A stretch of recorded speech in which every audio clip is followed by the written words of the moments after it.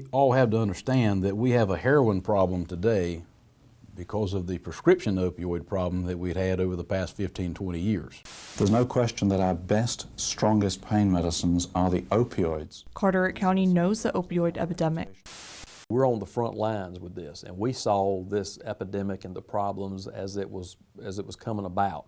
These drugs, which I repeat are our best, strongest pain medications, should be used much more than they are for patients in pain. Sheriff Asa Buck recalls the drug issues he saw before opioids. At that time in the late 90s, the biggest part of what we were seeing was cocaine and crack cocaine. Then as prescription painkillers became more common, he realized how big of an issue this could be. The numbers we were looking at then, they were shocking to us at the time because we didn't have overdose deaths from crack cocaine and other street drugs. According to National Academies of Medicine, many with opioid addiction started with prescription painkillers. These painkillers were marketed by pharmaceutical companies as safe and non-addictive, a claim Sheriff Asa Buck can tell you is false.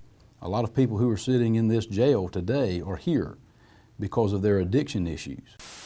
If you're selling drugs in this area, it is our mission to find you, to build a case against you, and to prosecute you. Sheriff Buck also says he saw crimes increase related to people trying to fuel their addictions. When I was a deputy sheriff, I took numerous reports on medication that was stolen. Buck and District Attorney Scott Thomas partnered to create solutions against this epidemic. We actually started the first prescription drug take-back program in the state of North Carolina back in 2008. We called it Pills Can Kill.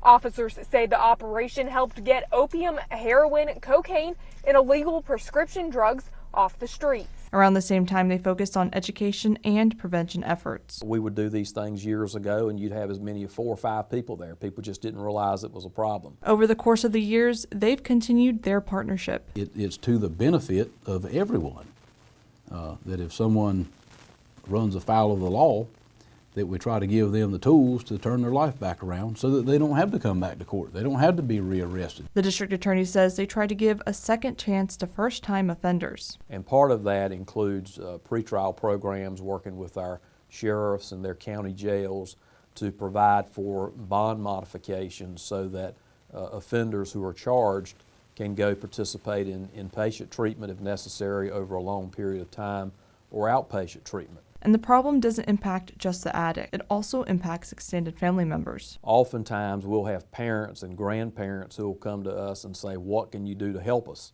You know, what can you do to help us? Our child or our grandchild is addicted and they won't go get help, they won't get treatment. We've tried everything and they won't do it. And sometimes the only way to help their loved one is to arrest them and charge them with a crime, if that's an option. I say that, and sometimes that might sound silly to some people, but sometimes that's the only way to try to get a person to a point they will then take the first step towards recovery. While they try to help people with addiction issues, they're also prosecuting the traffickers, fueling the crisis. Thomas says if a person dies from an overdose, they'll seek a form of justice. If we have sufficient evidence, then we can charge that case as a homicide case. That's because they've been dealing with this crisis since the beginning. There are lots of drug dealers out there who themselves would never touch a drug, but they're selling that death and destruction to people in our communities and causing overdoses, overdose deaths, and addiction that will last a lifetime for many people. Over time, Buck and Thomas say law enforcement has taken a multifaceted approach to dealing with the issue. It's prevention and education. It is enforcement, and it's also treatment and recovery.